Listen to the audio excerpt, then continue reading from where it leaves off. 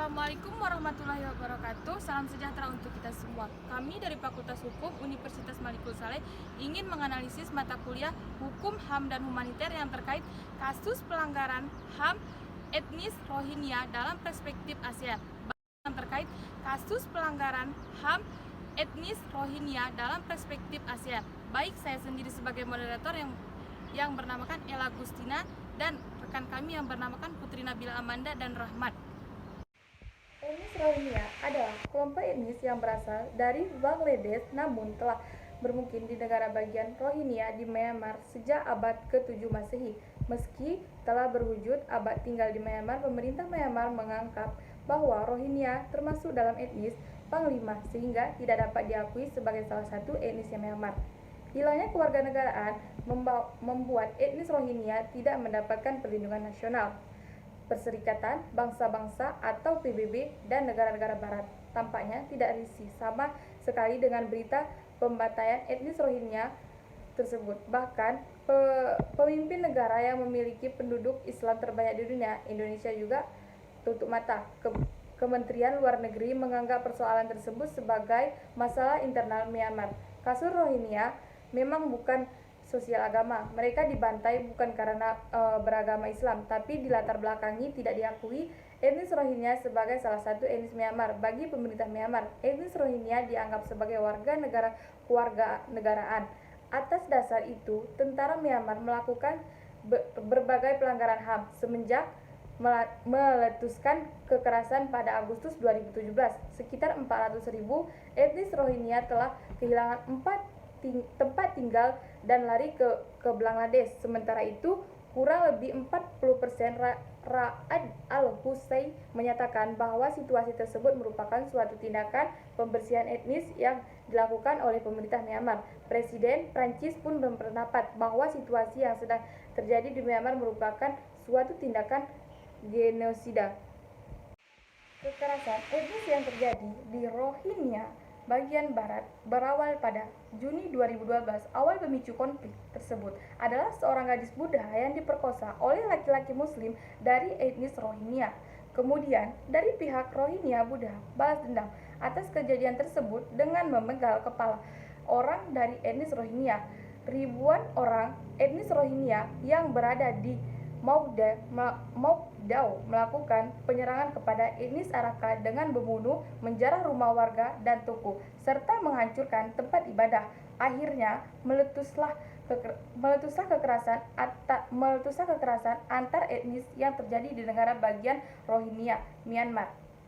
Kekerasan tersebut menyebar di Sitwe, ibu kota negara bagian Araka. Masyarakat mensenjatai dirinya dengan senjata seperti pisau, pedang, tombak, kayu, besi. Walaupun ketegangan di Rohingya telah jelas, petugas keamanan pada saat itu acuh tak acuh dan membiarkan kekerasan yang terjadi. Pemerintah setempat bahwa tidak memberikan perlindungan kepada warga atau tindakan pencegahan. Presiden Myanmar Thein Sein mengumumkan keadaan darurat militer dan menyerahkan kekuasaan kepada militer Myanmar. Semenjak di tempat darurat militer di negara bagian Rohingya, sejak itulah terjadi kekerasan yang dilakukan oleh militer. Contohnya, kekerasan tersebut adalah wilayah Narji, segerombolan orang beretnis Araka membakar rumah-rumah penduduk etnis Rohingya. Sementara itu, polisi dan pasukan militer menembaki orang-orang Rohingya dengan peluru tajam. Di awal Nasaka, polisi militer menangkap dan membunuh secara massal orang Rohingya dan menjarah harta benda warga Rohingya. Sebanyak 200 jiwa meninggal dan 1.500 warga kehilangan tempat tinggal. Antara tahun 2012 sampai 2015, sekitar 1.015 warga Rohingya mengungsi ke Malaysia menggunakan kapal.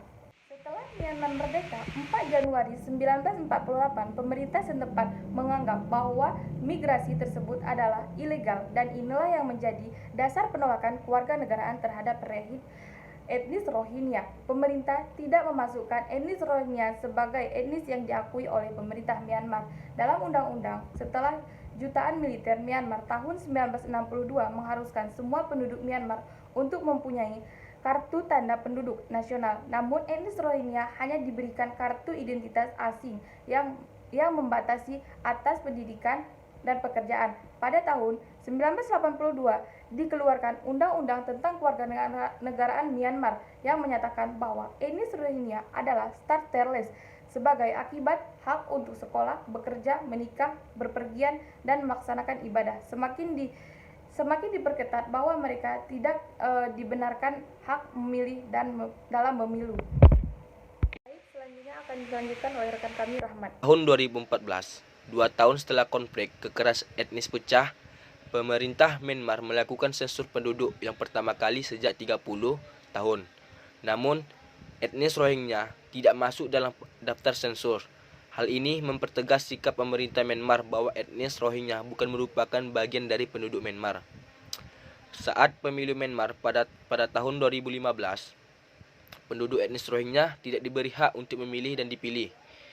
Di sisi lain, menimbulkan kontra karena etnis Rohingya sudah mendiami wilayah Arakan jauh sebelum negara Myanmar terbentuk.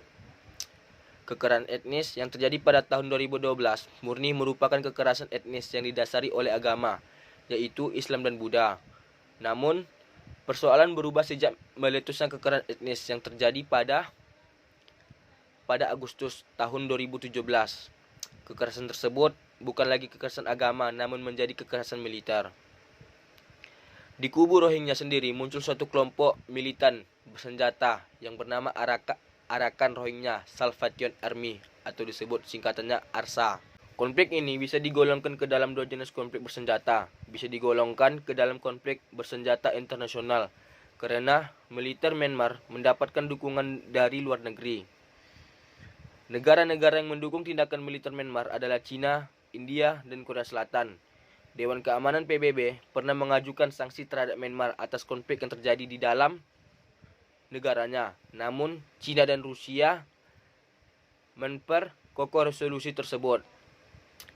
Negara-negara yang mendukung tindakan pemerintah Myanmar tersebut mayoritas ketakutan. Mereka takut jika orang-orang Rohingya yang lari ke negaranya yang akan menambah masalah dan kemungkinan menjadi teroris. Ditambah lagi kemunculan ARSA yang merupakan kelompok militan orang-orang Rohingya. Negara-negara yang setuju dengan tindakan militer tersebut juga merupakan negara-negara tetangga Myanmar seperti India dan Bangladesh. Sangat jelas bahwa konflik ini termasuk dalam kategori konflik senjata non-internasional atau non-international armed conflict karena melibatkan militer nasional Myanmar dan kelompok militan ARSA. Seperti yang telah dijelaskan di atas tentang asal mula lahirnya ARSA. Kehadiran ARSA adalah reaksi atas tindakan militan Myanmar yang terus menyerang masyarakat etnis Rohingya selama kurun waktu 6 tahun terakhir. Kasus kekerasan yang terjadi kepada etnis Rohingya merupakan konflik bersenjata. Konflik bersenjata internasional menurut hukum humaniter internasional adalah konflik bersenjata yang melibatkan militer antar negara. Dengan kata lain, perang antar dua negara. Disebut juga konflik bersenjata internasional murni.